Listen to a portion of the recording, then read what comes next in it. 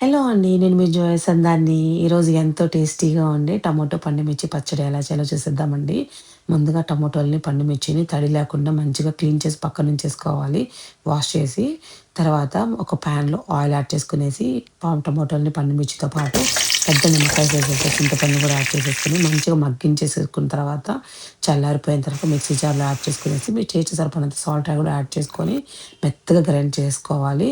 అదే ప్యాన్‌లో ఇంకొద్దిగా ఆయిల్ యాడ్ చేసుకునేసి, ఆవాలు, చిన్నుల్లిపాయలతో పాటు కొద్దిగా ఇంగువ, కరివేపాకు యాడ్ చేసుకునేసి, ఈ పచ్చడి అనేది పోపు పెట్టేసుకోవాలండి మనము. ఈ పచ్చడి కూడా యాడ్ చేసేసుకునేసి, మనం కొద్దిగా మసాలా పౌడర్ అనేది దీనికి యాడ్ చేయాలి. ఆవాలు, మెంతుల్ని కూడా డ్రై రోస్ట్ చేసుకునేసి, మంచిగా పౌడర్ చేసుకునేసి, ఈ పచ్చడిలో ఈ పౌడర్ కూడా యాడ్ చేసేసి, ఆయిల్ రిలీజ్ అయ్యేంత వరకు మనం కుక్ చేసేసుకుంటే ఎంతో టేస్టీ అయిన టమాటో పండుమిర్చి పచ్చడి అనేది రెడీ అయిపోతుందండి.